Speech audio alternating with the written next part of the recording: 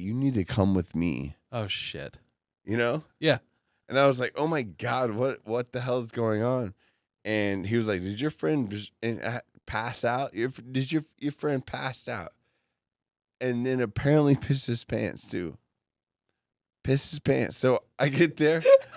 Oh, God. Has David Tell even come on stage yet?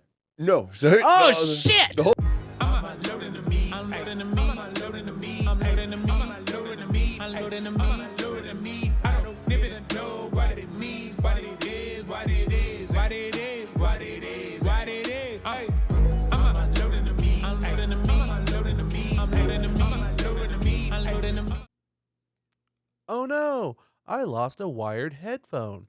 If only I had a company like Raycon sponsoring today's episode. Raycon.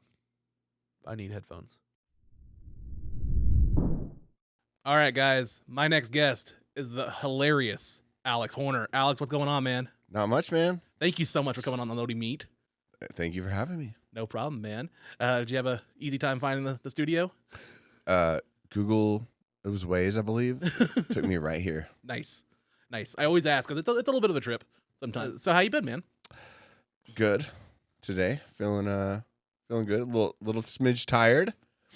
Had kind of a funky sinus infection. You know, not that anyone wants to know that, but this is how I was feeling. Doing good though. Feeling good.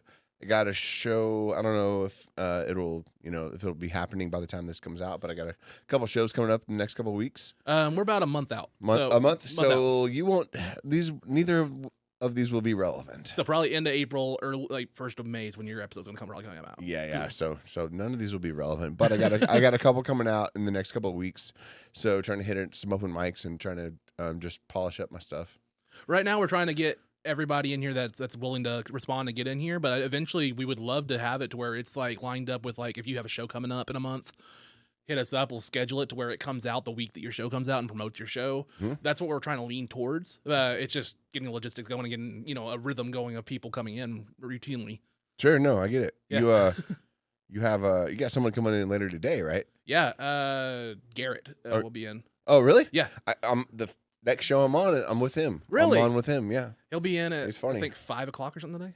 Really? Yeah. No, he's a funny guy. Nice. The funny thing about him is I saw him most recently at his show that he did with Zach and at the Canes. Mm-hmm. Mm-hmm.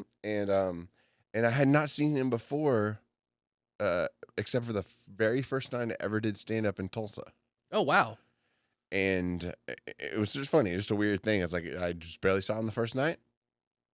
And then I basically saw him like one of the last nights I was out. So, and just what I saw from the open mic to that evening was just huge difference. And it's crazy to see the growth people are already having. Well, I don't know his backstory, how long he's been doing it, but he's hilarious. Okay. Yeah. Well, I look forward to our interview later today. I mean, and he'll come out a week after yours probably. Yeah, sure. How long have you been doing comedy? Since October of 2021. 2021. Okay. Yeah, so about a year and like 4 months or 5 months. Okay. Mm-hmm. What got you into it? Like, what was the thing that just drove you to do the first open mic or get started? COVID. Okay. So I was kind of bored with everyone was bored with being in the house. You're watching a lot of TV. And obviously you can't do an open mic until places open back up. Sure. But I was like, so basically, I'll tell you what happened. Trump was in office. Police were killing black people in alarming amounts. Yes. We raided. I'm like, not smiling Capitol. about Trump and police killing black people. I'm just more like, anticipation of where the rule of 3 is going to happen with this. So what happened with what happened was I used to like to watch what's it called? Psychological dramas, like Mind Hunters and stuff like that. Well, no, like movies that were called like suspense, or I forget what they're called. Shit. Thrillers and stuff like that. Suspense, like psychological dramas. Okay. Psychological thrillers. But once like Trump was in office and police were killing everyone and there were riots and all of these things and COVID was happening, I couldn't handle any more drama in my entertainment. I completely understand that. I couldn't handle it. It was just wasn't cool with me. So I just started going to the comedy section of whether it was YouTube or Netflix or HBO Max or whatever. And after a while, my algorithm started to change. You know? Yeah. They did. Yeah. And then I started getting recommended all these different comedy specials, comedy movies, comedy whatevers. And I started like really getting to see some great stand-ups that I was getting turned on to all this new stand-up comedy that I didn't know of. I wasn't privy to previously. So I was like, oh, I might want to try this. And so then when things started to finally clear up and you could get out a little bit, I started doing stand-up. I was living in St. Louis. Oh, okay. St. Louis. Shout out to St. Louis. City. Shout out to the city. They have an amazing brick company, apparently. They got beer, Budweiser beer. Shout out to the Mississippi River. Shout out to the Gateway Arch. I think that's the first river shout out we've ever had on the show. Shout out to the natural geography. We're informative here on Unloading Meat. Mm-hmm. Do you know that most Budweiser beer is made with Mississippi River water? Really? Oh, for sure. I did not know that. Mm-hmm. It's muddy. They got to filter it. They do, Yeah. obviously. It's because it's some muddy ass stuff. As long as it's not like Flint, Michigan water, I think we're gonna be okay. No, I think we're in way better shape there. I don't think. No, it's not like that. Yet. Quote me on that. No, but that was what I was like. I just can't take it anymore. It was like things are too hectic and too real and too serious. Yeah. So I was like, let's joke around. I like to joke around. I want to be put at ease and have some laughs. Yeah. And that's what had me started. So I started in St. Louis, and I didn't really stick with it. I wasn't as active as I am here in Tulsa. But I moved here, and I was actually afraid that there wasn't going to be a scene. But there's I couldn't have been more wrong. It's like it's too much of a scene almost. I mean, I've said it on a couple of my shows that like this scene changed the entire outlook and the direction of this podcast. Originally, this was going to be a by the books Joe Rogan kind of spin off of like, you know, me and Stefano, he's the guy behind the curtain, and it's just like me and him, he's my Jamie. We're going 2-man podcast, and JMO. We tried that, and honestly, there's like 10 different episode types we've tried that'll never see the light of day because they're fucking horrible. We just couldn't get it to work, and it just wasn't flowing how we wanted it to be, or it wasn't something I was ready to put out. And then I did one open mic in January with Roscoe, and then he invited me out to the Colony. What was the open mic? Which one? Tulsa Comedy Club. Okay. It was in January. Okay. He hosted it, him and Katie, and I did that. Then afterwards, he was like, "Hey, if you're one of the 5 names I call, come see us after the show." And I was one of the 5. So he called me there. And he goes, "Hey, do you want to come out to the Colony? We're gonna have a band out there. We'll get to know you and like just kind of hang out." I think it was the same night that I was invited out. Were you one of the 5? Nope. Oh. I was at a different place. Okay. I was doing I was doing the insult attack. Conrad had a band going at the Colony. It was in January. Missy, little Conrad Missy G, from Arkansas. I think so. Yes. Was it So the same night? well, I don't know about that. No, It was like a Friday night in January. I don't know. Friday night in January is the night that I did my first insult attack at the Renaissance Brewery. Okay. And it was the first night that a lot of these comics like acknowledged me and said, "Come hang out with me too. Come hang out. Come hang out with us." Yeah. And it was at the Colony. And I don't know if I bumped into you, but Roscoe was there. Okay. A bunch of people were there. It might have been the same night. I bet it was. Isn't it kind of weird how that kind of happened? Like it's just Sure. small world. I mean, it's like so. Like that night, I didn't know anybody, and I was scared shitless. I was just drinking my beer against the brick wall, just kind of just hanging out. I was invited, but I don't know anybody. And then Roscoe put his arm around me and was like, "Hey, come here." And he one by one and introduced me like to Little Miss MG, to like I met Juju there, Conrad. I met a whole bunch of people. I know Missy was there that night. Yeah, and I was kind of invited there through a different group of people, really, but we were at the same place. So like it changed my whole outlook on this show, because then it was like, man, this scene is amazing in Tulsa. Like there's comedians, burlesque, there's entertainment like live bands. There's people that are doing the cross of all of them. Burlesque, all that different stuff. And I was like, man, we should broadcast that. We should get those people on this show and kind of give them a spotlight and kind of show how awesome Tulsa is.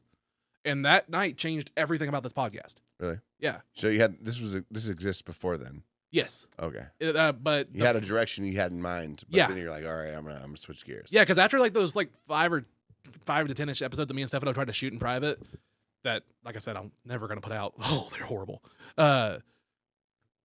We decided to just like put it on the back burner for now, and then I was gonna focus on my stand up. Went out to that open mic, and bam, that night was how it happened. Hmm. And then we relaunched this the next month, and Little Miss MG was my second guest. From that night, I met her. That's awesome. Yeah. I did pretty well. I feel like I did well at that one insult attack that I did, and everyone invited me out to the colony. Yeah. And I had been doing comedy here for about like 5 or 6 months. And it was funny because not a whole lot of people had given me much attention or talked to me much. I'm from here, but I was new to the comedy scene. Sure. And kind of, no one really had, no, there's a few select people that I'm very close friends with now who are like from night one were like, I like you, you're funny, what's your name, let's hang out or whatever. But for the most part, people didn't do that. And so that night was special to me because it was the night that they were like, come hang out with us. That's how it's always in my brain too. Yeah, and it's the night where I kind of felt like I found like the community. Where like I kind of felt like I was like, hey, there's a community here that are like-minded folk, and they kind of get me. But it worked. 1 month later, on the same night at the same insult attack, I made an ass of myself. And I feel like a lot of those people who were like, hey, come and hang out with me, they were like, no, don't talk to me. Oh shit. No, it's my fault. Yeah, it's my fault largely. We all gotta learn, man. It's okay. No, it's all right. Yeah, no, I know. Things happen. Those roasts are fun. The roasts are fun. I love that's Brian Bizjak's show. Yeah, shout out to Brian. Yeah. Hell yeah. That's one of my favorite shows in the world. Where we've kind of reconnected. It is. It's where we or connected basically. That's how we connected. Because I think we've seen each other a couple times, but like we never really like sat down or talked or anything. Like, just kind of. We were on the same Cellar Dweller showcase. Yeah. Just directly before that. Yeah. Yeah. And then we were on that thing. And I love the roast because you can say things on there that you can't say other places. If I were to talk about you the way I talked about you on the roast, I got just a random open mic where maybe you weren't there. Yeah. They'd be like, let's cancel this guy. Yeah. He's got to be out. He's got to be gone. We got to put him out, And it's just the nature of it. So I like it. You can be a little harsher, a little darker, a little cut a little deeper. Yeah. I'm doing the next one in April. I'll be on that. Really? Yeah, for the insult attack. I told Brian I would be, but I'm going to see the Red Hot Chili Peppers. Oh, well, in Minneapolis. Hey, that I completely understand. With King Princess and the Strokes. Oh, so I'm going to be gone. I'm going to be at the Viking Stadium. I mean, Chili Peppers, man. Yeah, I completely understand. I'm a fan. I'm a fan too. I sing them at karaoke. I do too. My voice kind of register. You're a fan of karaoke. Yeah, hardcore. I know. I heard. Karaoke's what got me back into stand up. How is that? Because honestly, like I was one of the guys that when I did karaoke, I didn't just go up there and just sing the song. Like I was like, it's like a show kind of thing. So like I'm like one of the ones that like kind of got me used to being on stage and like interacting with the audience and like actually talking to them, not just reading the lyrics and just doing a basic karaoke and getting off of there. Like I just had fun with character. it. Yeah, like to actually embrace and just have fun with it. Mm-hmm. And the more you do that, the more it kind of got my stage jitters out of the way. Before when I ended up doing stand up again, it kind of just felt natural. It felt better. I mean, I still was rocky. I still got a long ways to go before I'm comfortable 100%. But I do feel it really helped. Yeah, part of it is like having a better voice. The better your voice is, the more range you have, etc. Yeah. But if you understand if you know your range from the jump, then you know what artists you can cover and which ones you can't. Yeah. And then people are surprised with me because like when I sing, I can also hit like high pitch stuff. Like I do a lot of high pitch stuff. Falsetto? Yeah. Let's hear some. Oh no. What do we want to do? Let's see. Don't think too hard. Like I was singing Deborah by Beck the other day. I met you at J.C. Penney. I'm not tag. Said Jenny, I go step to you with a fresh pack of gum, and somehow I knew you were looking for some. Oh no! Yeah. All right, that's it. Yeah, we're gonna get copyright struck on this. Done. But good tasting music, dude. Yeah, thanks. That's Midnight Vultures. Yeah. Yeah, I like Beck. I like Beck. He's a Scientologist. I didn't know that part. Oh, you should look into it. That's it's just, But if I gave up on every Scientologist, I'd never watch a Mission Impossible movie again. like, yeah, that's fair. I mean, they're good blockbuster like popcorn flicks, man. And eventually he's gonna just kill himself in one of those stunts, and I want to be there to see it. Tom, Yeah. do you know he flew? I had a bet with a friend. Tom Cruise. I was starting to watch Jerry Maguire like this week. I did. I watched the first half of it. Okay. And it's directed by Cameron Crowe. And you know, it's a good there was a point in time where Tom Cruise was kind of the all-American guy. Yeah. He was the all-American, and there was nothing wrong. There was no downside to it. Yeah. And I feel like Jerry Maguire is one of those movies where that's the case. But now you know he's a Scientologist. It kind of just puts a little tarnish on it. Yeah, it puts a little something on it. But it's like when you're in a Jewish deli and you hear Kanye come up on the radio. It's just well, I can't relate to that scenario. Well, you But travel. You said you've been to St. Louis. I got Kanye jokes and I love Jewish food, but I've never experienced the two together yet. Yes. It's going to happen. Is there a Jewish deli in Tulsa that I don't know about? No, I'm just saying if you're going East Coast. Yeah, but I love Jewish delis. no, I love jellies and Jews. I love sandwiches and Jewish people. But Matzo ball soup. Anyway, fuck Tom Cruise. Yeah, not literally. That'd be gross. No, but he catch something. I feel like there's a time. There was a time in which he within American cinema or whatever, he captured this essence of he was kind of the all-American guy, and there was no baggage. Yeah. Now he's just it's hard to like him, and I don't know. It's almost like Kanye. Damn it! I will say the one thing that kind of redeemed him for me in a little bit, and honestly, it was like he leaned into it, was Tropic Thunder. Oh, I love that movie. I adore that movie. It would never get made in 2023. Never. Oh my God. You know, speaking about work, I told you I don't want to talk about work. Yeah. But I almost got in trouble because I work a pretty corporate job, and some people in the chat about work stuff, I work a design job, and we were talking about how you can never they were talking about how to use a design system. I kind of manage a design system, which I won't get into. But basically, like a triangle shape. Someone said, you never go full triangle. You never go full triangle. Yeah.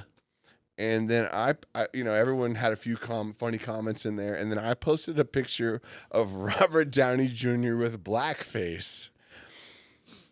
And I didn't even think about it. I didn't even think about how this could not be appropriate or whatever. And then it was 20 minutes later, a message came through that was like, "Yo, you don't." They're like, "Hey, we support a whole bunch of people and a whole bunch of different you can't really talk about this." And I was like, "Holy hell! How am I so stupid that I didn't think that you can't talk about you can't do this?" Anyway, yeah, context is important on some things. You never go full triangle. Never go full triangle, people. Yeah. That's going to be the message for today. Never go full triangle, guys. Never go full triangle. What does that mean? That doesn't mean anything. I don't know. I'm kind of thinking, do you remember that Weezer song, Pink Triangle? Weezer? Yeah. No, I don't. I know. Weezer has a song called Pink Triangle, and it's about him falling in love with a girl and then finding out she's a lesbian. What album was that on? Not the pink one? It's one of the first ones. It's Blue? the first. It's either Blue or the second one. The one that didn't do so well. Their follow-up album. Green with Hash Pipe? No, that's later. That was way later. Oh, okay. Because they've been around since the 90s, early 90s. Wasn't Pinkerton? Pinkerton? It might have been Pinkerton. Yeah. It was the album I think that didn't do so well, their second album I think. But it had a song called Pink Triangle because Pink Triangle is a symbol for lesbians, and she had it tattooed on her arm. I didn't know that. And the whole song is them falling in love with a lesbian. He's like, "I'm dumb, she's a lesbian. I thought she was the one." Those lyrics are offensive. I know. that was what the song was. I'm offended by that. But yeah, so I was like, maybe it's a Weezer symbolic thing with, I don't know. This episode of Unloading Meat is not brought to you by your favorite money-saving website like Honey? I guess that's what you would describe it as. I don't know. Mr. Beast just advertises the shit out of it all the time. I mean, I wish I had a discount on all this shit that I bought behind me. I'm broke as hell now buying all this shit. And I don't, I do look like I eat a lot of honey. Piglet.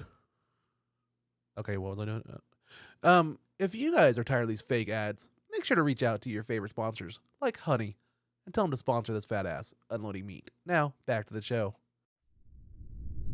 You want to have another one? Yeah, Cheers. bro. I mean, it's enough time's elapsed. How much time has elapsed here? Oh, I gotta chase mine. With a Monster Energy drink, which you roasted me on. It's, Hey, it's not. It's not the regular flavor. It's not the regular. I thought that was a pretty good roast. It was all right. I heard it before, though. You heard it before? I heard it on this podcast. Yeah, that's where I like it a lot. As you can see, it's my humor. It's all good. Well, and also a roast is kind of hard to do sometimes when you don't really know the person. I know we kind of had that conversation, I think, in private. I think we messaged you, didn't we? Didn't we message each other privately? I can't remember. I talked to so many people. I don't remember. No, I think If it starts falling down, there's little knobs you can twist it and tie it. Like I tried to maybe message you. it was also a month ago, so I don't remember who I all messaged. Yeah, I don't remember either. But and we're 2 shots in. no, I think I tried to message everybody. I tried to message everyone I was a part of in the last one to be like, hey, I don't know, just to give everyone a fair shot. Yeah. Like this is my baggage. Well, I appreciated it, honestly, because like that was my first roast or insult battle or anything like that, and so I was going in completely blind, trash. No, we did. You're reminding me now. Yeah. We did exchange. Yeah, I think messages so. Because I remember what your response was. And so, no, It helped. I yeah, mean, yeah. it's still fun. It's the best thing. Because at the end of the day, it's for the audience is to make the best show. In my mind, is like, yeah, we're gonna do some pretty clever insults and stuff like that and have fun, but at the end of the day, the audience has to get the laughs. So like, I'm gonna do the best punches I can do to each person. So I really appreciated the ammo you gave me and the info, because I mean that just helped put on a better show for everybody overall. I think. Yeah, absolutely. Kind of like this, like we always ask the screener of certain questions, stuff like that, because we want to make sure we don't offend anybody, especially the guests that are coming on here. So we just try to make sure everybody's kosher with everything. Kosher, that's offensive. Oh, not if I'm using it in a good way. No, I'm kidding. Kosher's a Jewish thing. Oh, I know. You know. It took me a while because, like, I'm not even going to get in that subject on the podcast because that's going to get me canceled. We'll cut this part. Just like the first time I heard the word kosher was like going down like the hot dog aisle at Walmart when I was a little kid and being like, what the hell does kosher mean? Like, I had no idea, like, between dill pickles and Was hot it dogs. another shopper talking about what? No, it's just like they have a kosher, like they have kosher hot dogs. It was they have like kosher- labeled, and the Yeah. freezer doors were labeled. Yeah, and I was Kosher. like, I have no idea what that means. So I just thought that was a brand. Like that was like, oh, there's kosher pickles. It There's is a kosher- brand. I guess it is now. Yeah. But yeah, I didn't really know about it until, I grew up a little bit later. And I was like, oh, that's a Jewish thing. That's more for, for their religion and stuff like that. So like, once I, educated myself on it, then it kind of made sense. But for a while, I was just a dumb American kid or dumb Oklahoma kid and be like, oh, kosher is just a brand. No, I get it. No, I'm making jokes. I'm I know. sorry. Yeah. We're 2 shots in, man. It's okay. I'm pretty Is loose. that too? Is that all it takes for you? A little bit. I have a pretty low tolerance on alcohol. Really? On anything else, I have a pretty high tolerance. But alcohol, I don't drink that much. I'm more of a social drinker, so Yeah. it does. Man, I think might drink too much. My tolerance can be crazy high sometimes. Not funny. Not funny. AA's for quitters. I'm No. thinking about all the people who might see this. Well, we could trim whatever you want. Well, I'm glad. My grandmother. So I'm thinking about the people who I'm friends with on Facebook. Yeah. One of them is like my boss's boss's boss. Yeah. At work. Obviously at work. Yeah, this whole part we can be trimmed. He's no, but still, he's a cool guy. He's cool and supportive, and I let my like personal self out at work all the time. Yeah. I'm trying to let them know, hey, this is me. And they're all very supportive. Yeah. And I had one of them friend me recently on Facebook. I was like, Jesus Christ. I was like, maybe I need to scrub my whole profile before I accept this guy. Yeah. But no, I was like, he's all right. So I just like boom, just like accept. Yeah.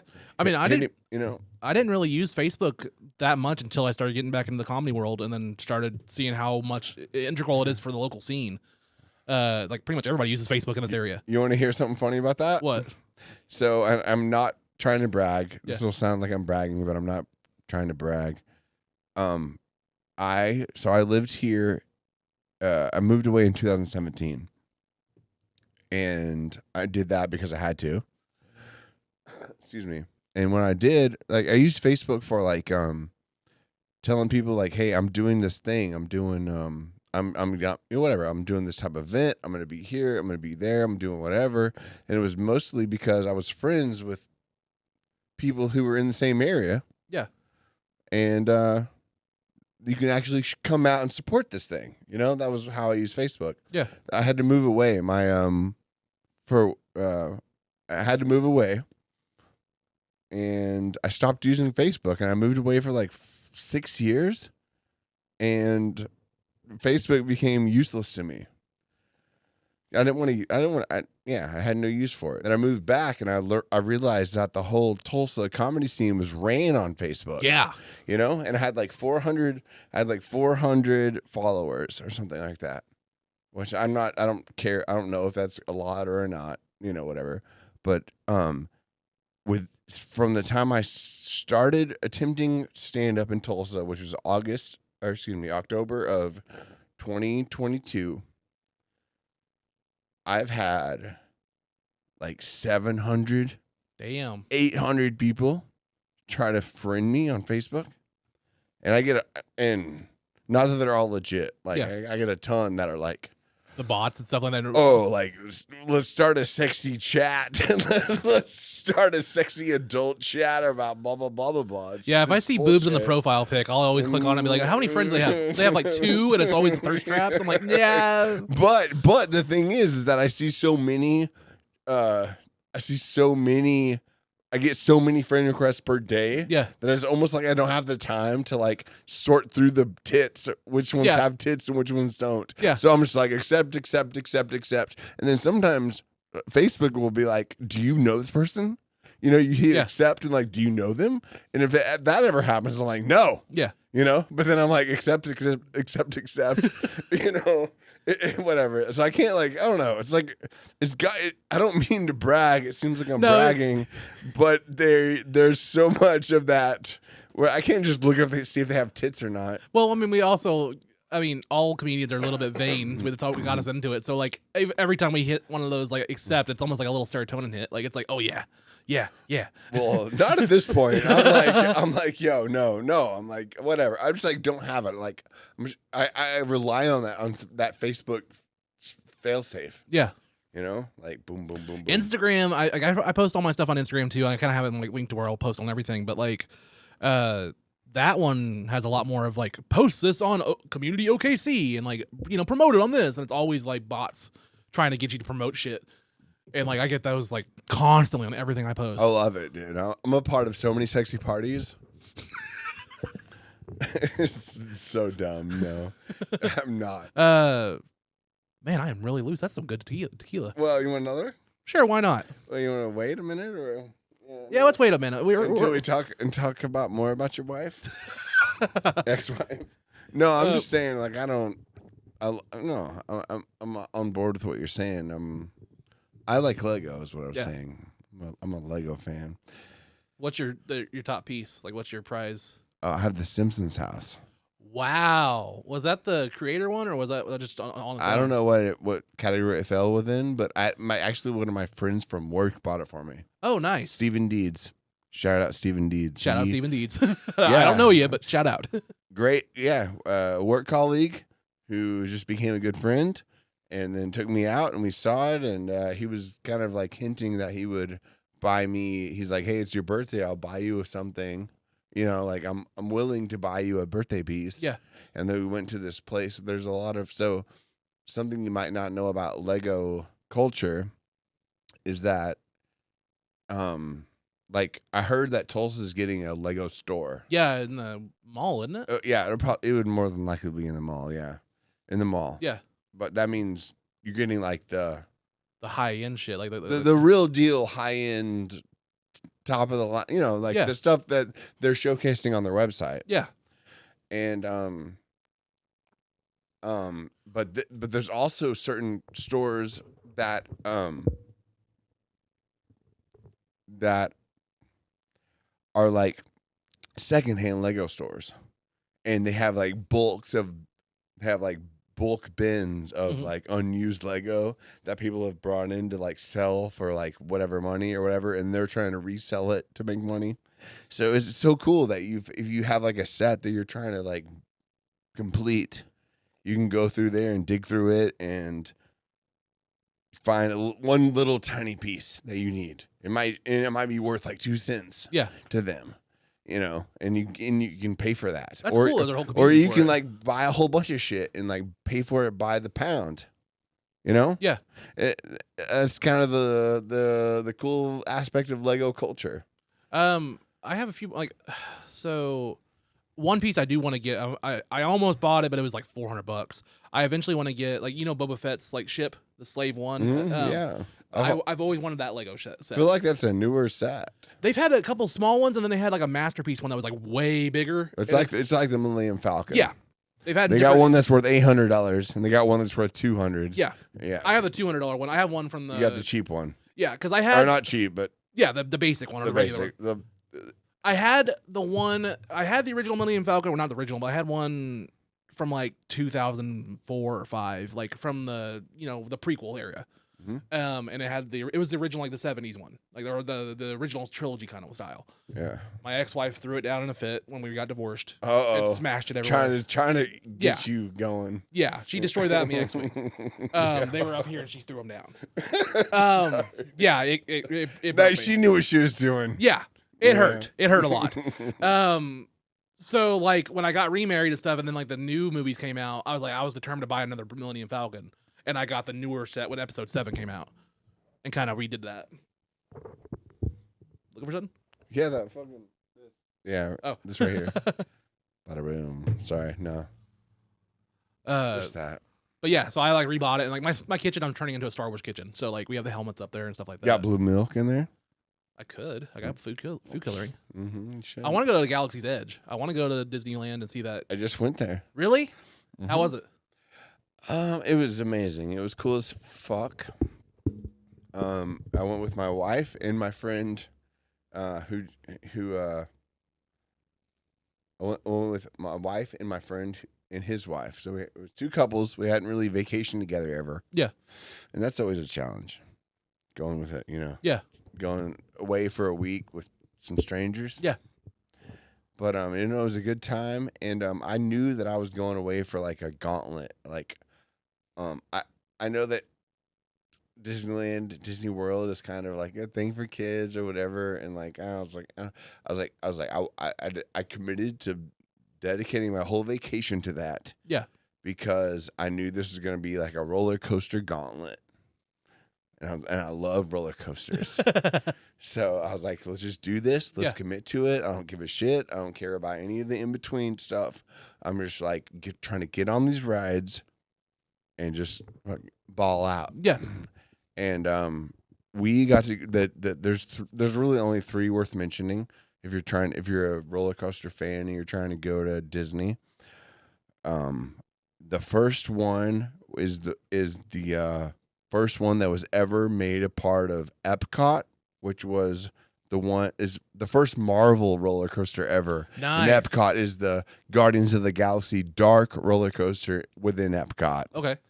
Oh my God, it's so sick. You don't even know what's gonna happen. You go in there, you kind of sign up for it. You just get in line and you just like follow everyone else, and then you get in there. Terry Crews starts talking to you. Nice. Yeah, I don't even remember him being a part of it. I'm not that big of a fan. You're a Marvel fan. Yeah. I mean, I don't remember him in Guardians at all. Anyways, it was Terry Crews like giving you this like deep ass lecture, and I was like, "What kind of ride is this gonna be?" Then they funnel you into this other area, and you get into like what is like a roller coaster, like this long caterpillar of a thing where 2 people are sitting next to each other. You go through and dude, it's a dark coaster, so you're going through everything, and it's like a warehouse that was abandoned that they repurposed. And you have no idea what's in there. You're going up and down and upside down, and you're going nuts. That's cool. In that thing. And the whole time they're playing Disco Inferno. Nice. Yeah. They're playing music from the movie. Like all this cool, like 70s-esque, 60s, 70s-esque music. and then, dude, there's a point in time where you come through and they're like, you're going, you don't know which way you're coming out of this until they just kind of smooth it out. You're going in this spiral, and dude, you're circling around like the moon. Oh wow! Like, and it's like the moon. It's like, it's not a projection of it. It just looks like you're actually there. It with the moon. looks like the fucking moon. That's fucking cool. Yeah. That's freaking neat. I haven't been my parents took me to Epcot and Disney World like when I was like 13 or 14, and like it was before all the Marvel boom and all that stuff. So like I got to see it before then. Like it was like back in the day when they were really big more into like the Pixar side of Disney. Like Bugs Life had its own exhibit and stuff like that. I don't know why I said stuff like that twice. Maybe the tequila, but yeah, I kind of got experience before the big comic boom.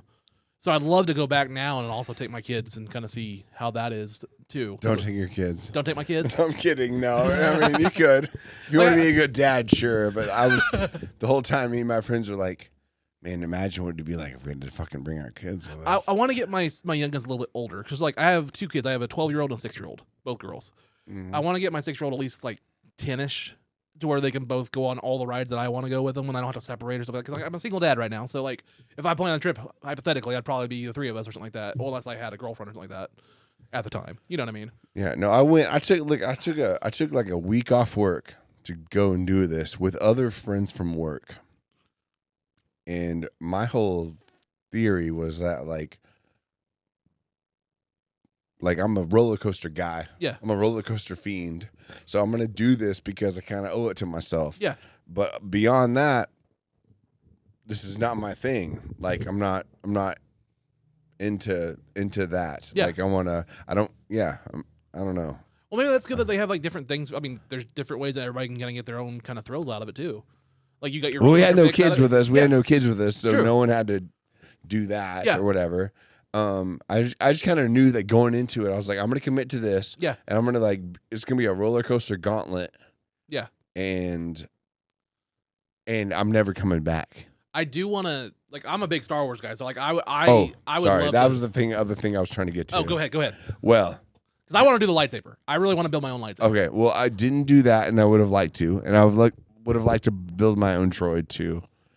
But the other 2 Star Wars related things that meant something to me was that I did get to drive the Millennium Falcon. Oh, cool. Yeah, I was the up-down guy. They'll bring in 4 people at once. You get a left-right person, an up-down person, a shooting the blaster person, and I can't remember the 4th one, but I did. I was an up-down guy. That's pretty cool. Yeah, and then I also the coolest ride of all was the one called was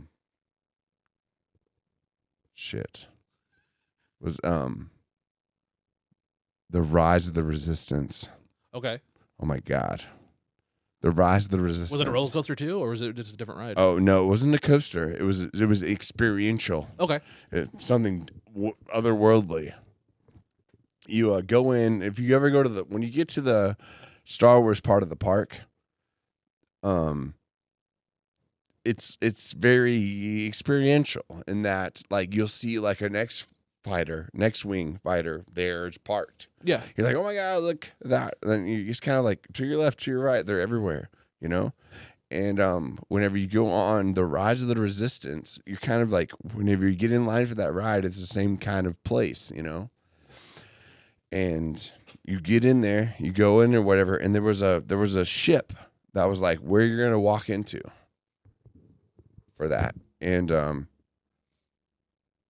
there's like probably 30 people on the ride with you, so you get in there and they open the door and it's kind of like, all right, it's your turn now, just like shuffle in, everyone scurry in, Yeah.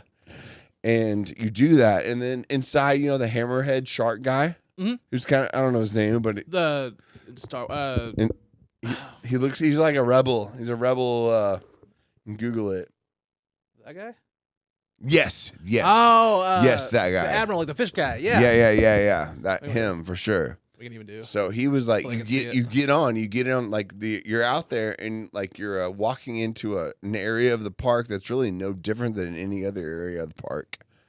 And it's funny because, you know, everything about the place is majestic. It's like, yeah, everything about it is magical. Right. And so I've been at Disney World all along or whatever, all day long. And then you go to a place that's like this with that guy. Is it Akbar? Akbar. Okay. Yeah. So you get in, you walk into this place where it's this big like ship that is kind of like hoarding in everyone who's wants to be a part of this ride. And then they're like, oh, he's up in the front. He's like an animatronic. And he's like, hey, you want to, you know, everything good with the rebellion? Everyone cool with everything? And everyone's like, yeah, fine. Yeah, whatever. And everyone's cool and chilling. And then all of a sudden the ship starts taking fire. Oh, shit. That's cool. Dude, it starts like shaking and taking fire. And we're like unstable and all this stuff. And we're like, holy hell, what did we do?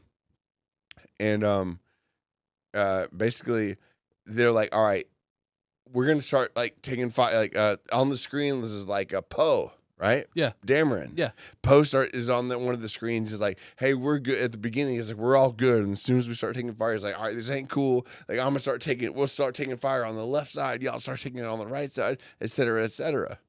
And then anyway, and then it comes down to basically like everything just shuts down.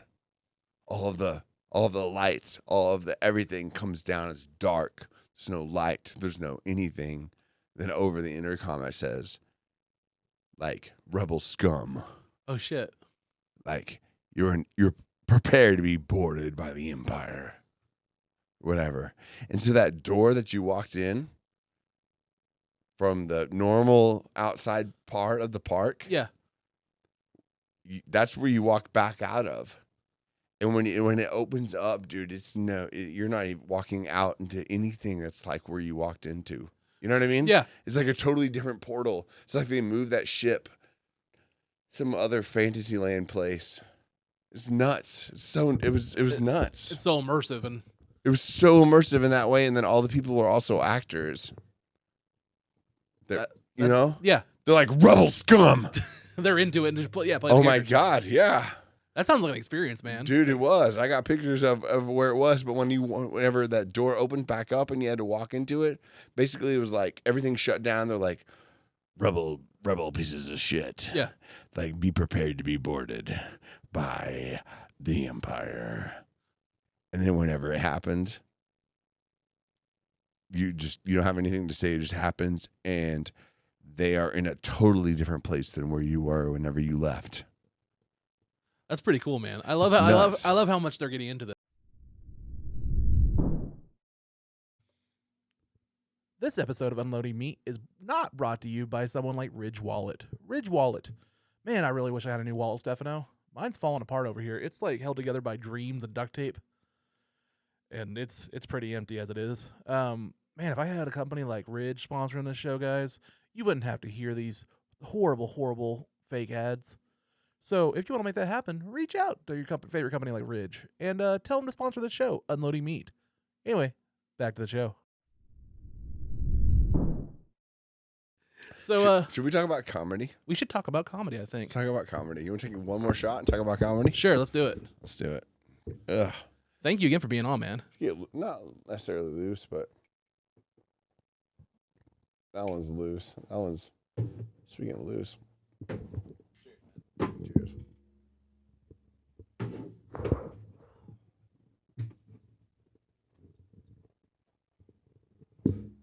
No, let's talk about comedy, though. Because I feel like that's the thing that got us here. It's really the thing that connected us.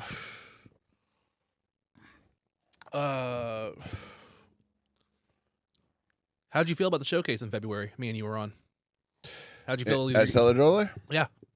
It was the show that I used to showcase my blue whale submission. Nice. And I feel like it went pretty well.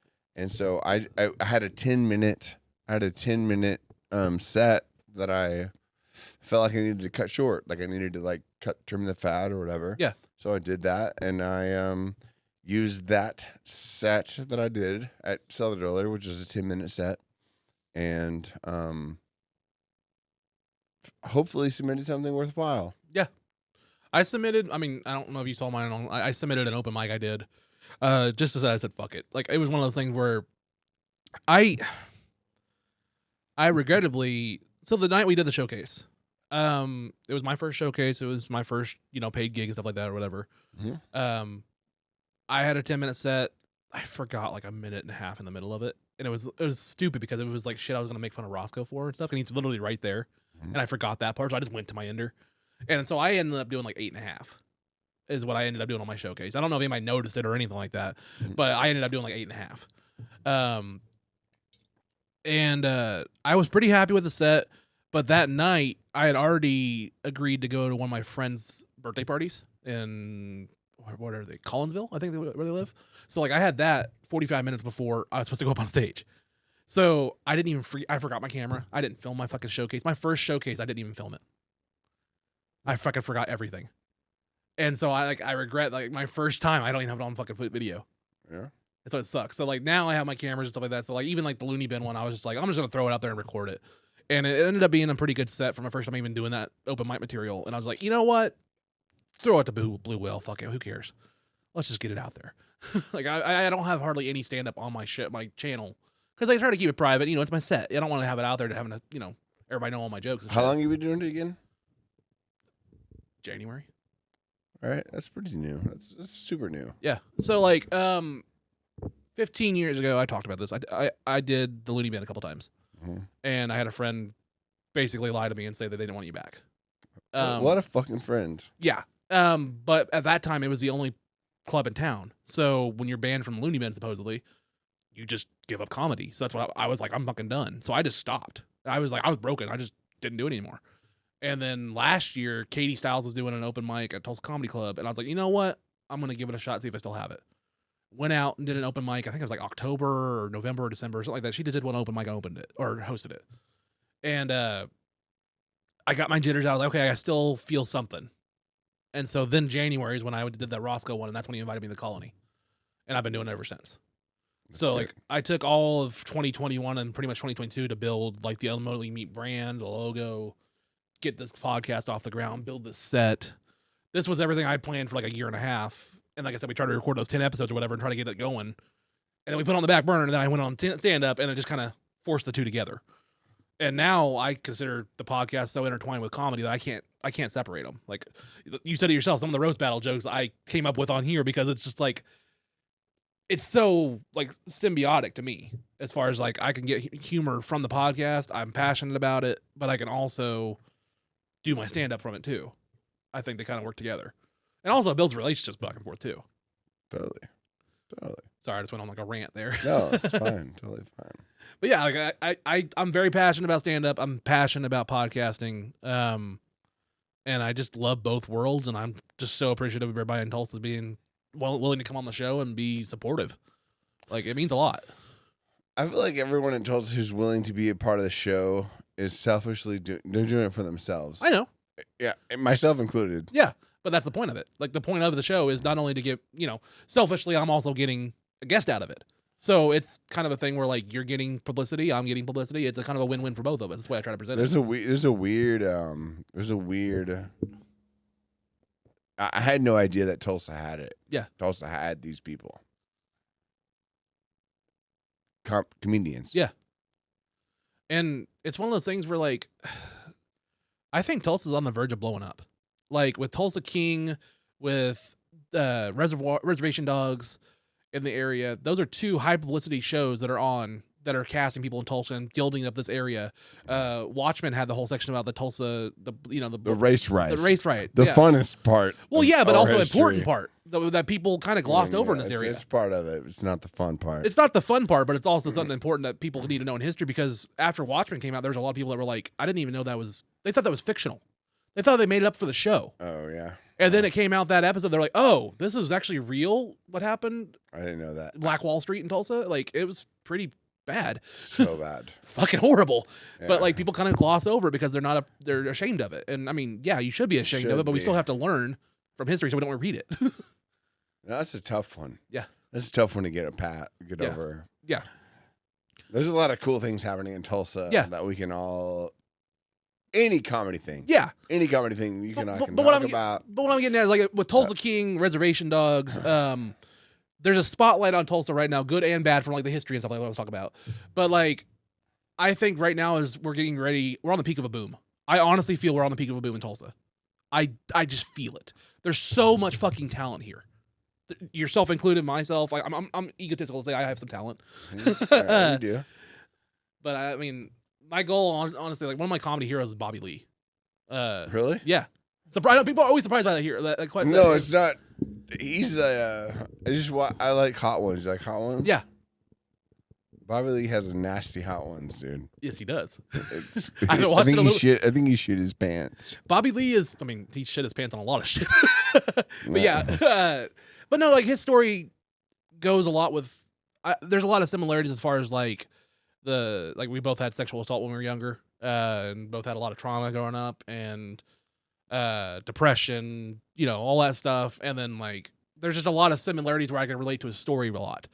And then his type of humor of finding the humor in the trauma.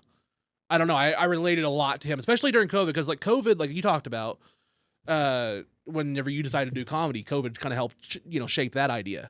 It helped for me too, personally, because I was sitting here watching things like Two Bears, One Cave, Your Mom's House, Trash Tuesday, Are You Garbage, just different podcasts, and watching all these comedians be trapped, not being able to do the show, not being able to be on a stage, and they're trying to find an outlet. And so they start working on their podcasts. And that kind of inspired me to be like, fuck, if they need an outlet and they're putting so much into podcasting, I could do that. And not that I have the ego of saying I'm on par with like a Burt Kreischer or anything like that. I hope to one day be. But I just want to be able to like put out my content and see if I can grow an audience myself. And I think we're all on the way. Sure. No, I think you are. It's tough. So tough to say. Yeah. Yeah. It's there's no easy path to having that answer. Yeah. And it's kind of one of those things too, where like, I have 2 kids, the house paid off, the car's paid off. I'm divorced. I've put everything into comedy this year. Like everything is into the podcast and stand up. And it's one of those things where I just want to grow it. And I want to be able to build a base for my family. You know what I mean? Have the podcast to fall back on, do that weekly, and then on the weekends do shows. I think that's kind of where I want my life to be. No, I totally respect it. Yeah. Yeah, I can't consciously not respect it. That's what we're going for, man. Yeah, it takes a lot of time and effort. Same thing. We all come from different walks of life. Yeah. But strangely can't really avoid similar paths. Yeah, I have my base here with my kids and stuff like that. So I don't need to move to Austin. My thought is let's build Tulsa. Let's build up a hub Tulsa. Let's get this to be a destination to where, like, when comedians come in like Bobby Lee or anybody that's doing these shows, let's build this up to where they come on our show. They come on the Tulsa scene. There's lots of different things that we're working on as far as productions and stuff like that. We'll talk off camera, but like, this is just the start. Yeah, sure. I want to build this up. No, I think it's a great place to start. I'm building up whoever's coming on the show. I want to build up Tulsa as a whole, not just myself. Mm-hmm. So that's kind of where we're at. I like it. I love it. Yeah. No, I mean, what's more of it? Yeah. Let's talk comedy. We said we were going to do it. Yeah. What do we want to talk about comedy-wise? Shit. Who's your favorite comic? Dave Attell.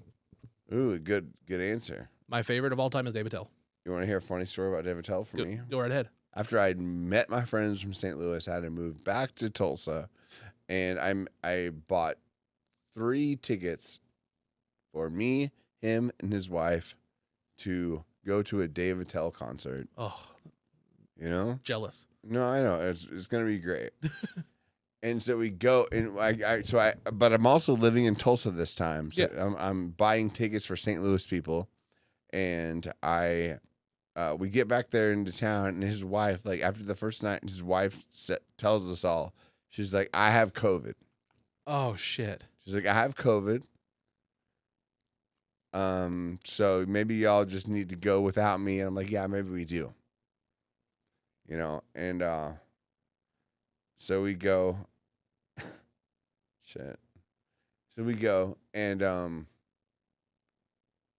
my God, this is terrible. You're good. No, and so anyway, she's like, I got COVID, you know. I'm like, and I don't even like take a test or anything. I'm like staying with him for the weekend. I don't even take a test because I've had it already twice. Yeah.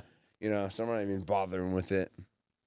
And it's cool, you know. So we go, and so shit. You're good. And so,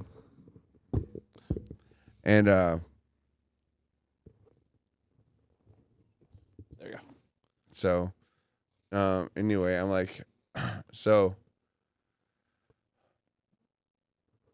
My friend, I'm trying to make this not too horrible to edit.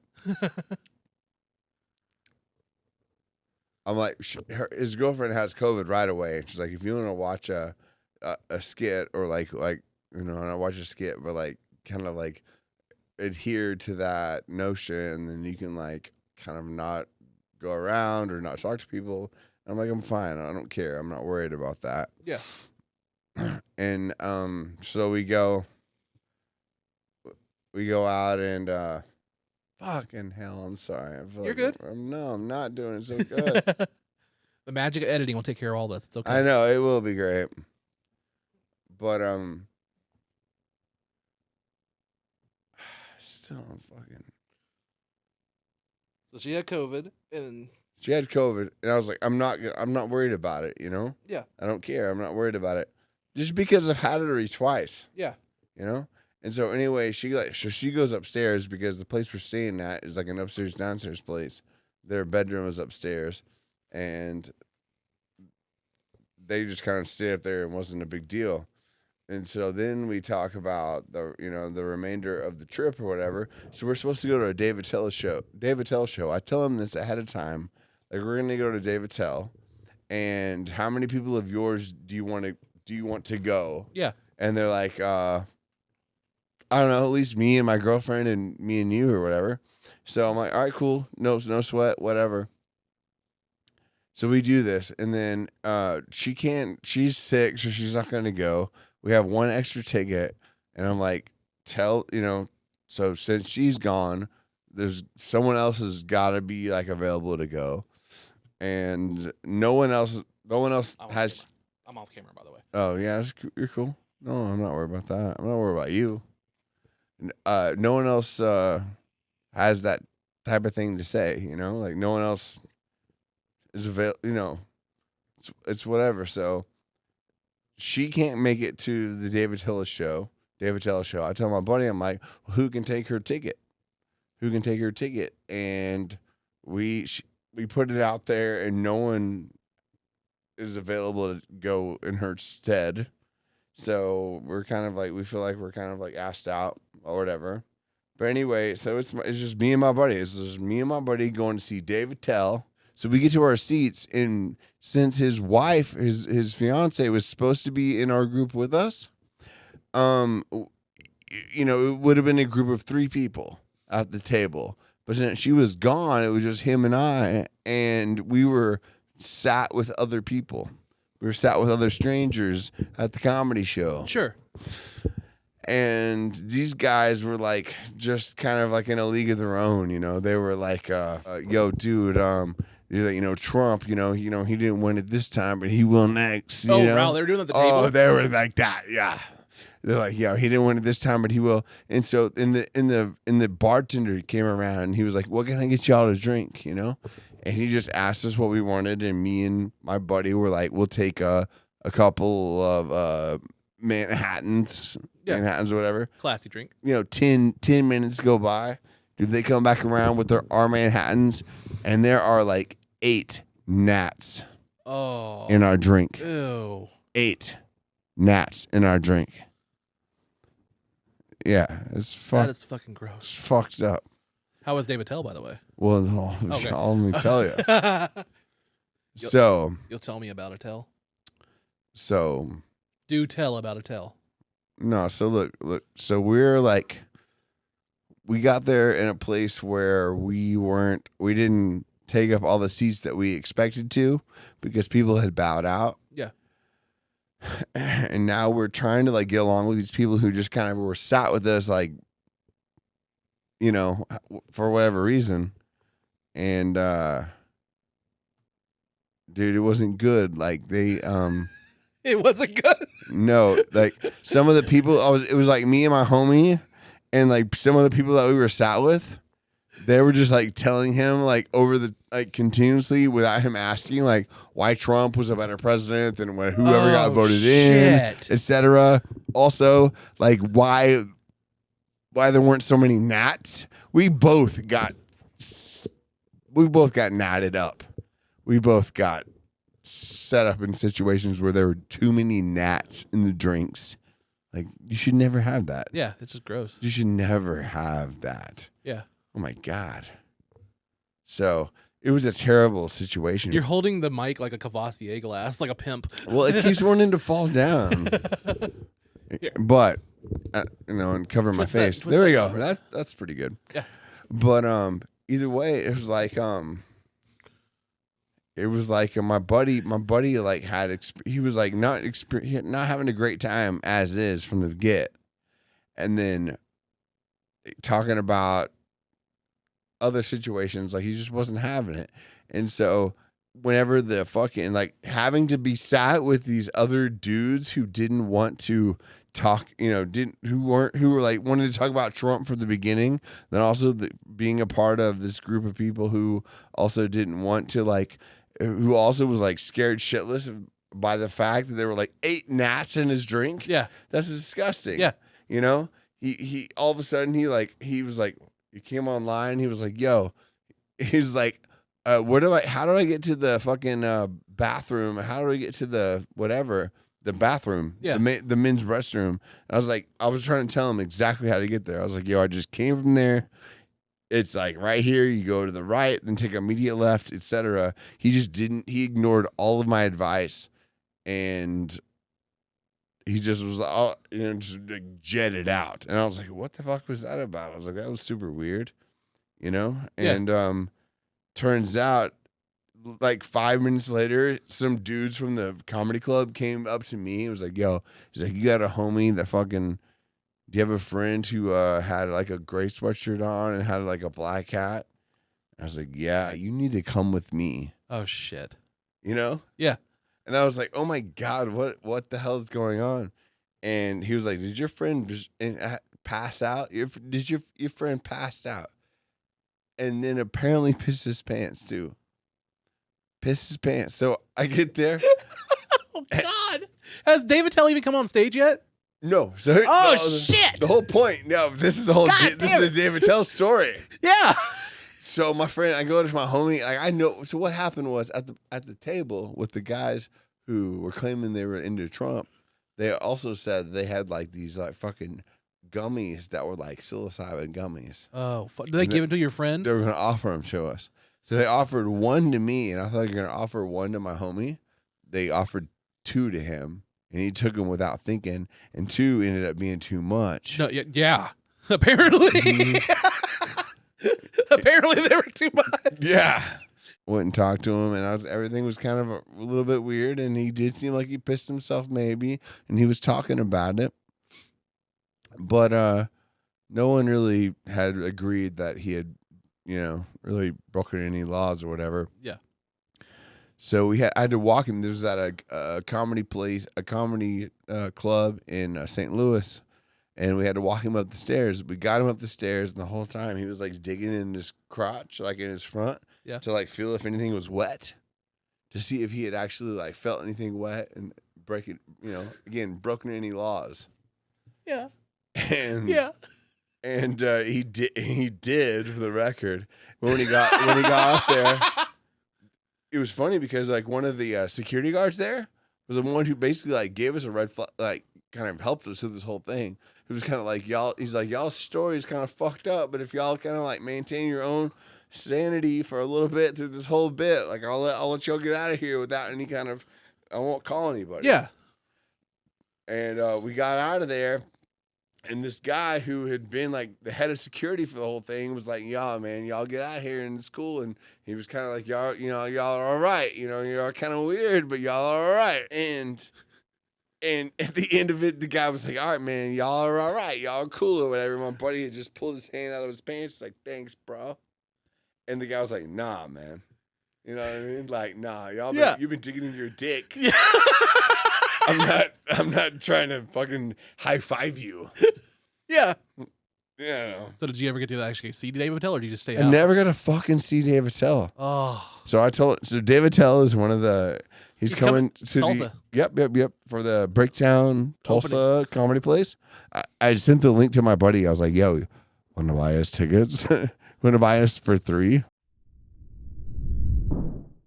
This episode of Unloading Meat is not brought to you by your favorite box delivery food service like HelloFresh or ButcherBox, but it could be. And honestly, it probably should be. Have you seen this guy? I'm a full-time fat ass. And honestly, if I had one of those subscriptions, I probably would lose quite a bit of weight because I've looked at the food and it looks pretty damn delicious. I mean, all food looks delicious to me. That's kind of the problem. But if you want to stop these fake ads, make sure to reach out to your favorite company like HelloFresh and tell them to sponsor Unloading Meat. Now, back to the show. Alex Horner, thank you so much for jumping in on Unloading Meat. Where they can follow you at? It's My Own Culture, MYOWNCULTURE. You get that on Instagram, Twitter, Facebook. Facebook's my name. Alex Horner. Yeah. Okay. So Just so everybody can follow you, and hopefully. yeah, man. Hopefully, yeah. I'm trying to get some more content. I hate it. I'm a little too old for. I'm a little older than the average bear in terms of like people who want to just like really care about like keeping their social media up to date. If it wasn't for the podcast, man, honestly, and Stefano helping out, I try really hard, but even then, there's so many ways to improve it. It takes a lot. I suck at social media. I suck at it too. Where I'm at right now, so follow me. All right, man. Ooh. Well, guys, this has been Unloading Meat. I'm Jared Ralphie Allen. He is Alex Horner. Thank you guys so much for tuning in. Take care. Peace. Unloading the meat. Unloading the meat. Unloading the meat. Unloading the meat. Unloading the meat. Unloading the meat. Unloading the meat. I don't even know what it means, what it is, what it is, what it is. Bye, have a great time.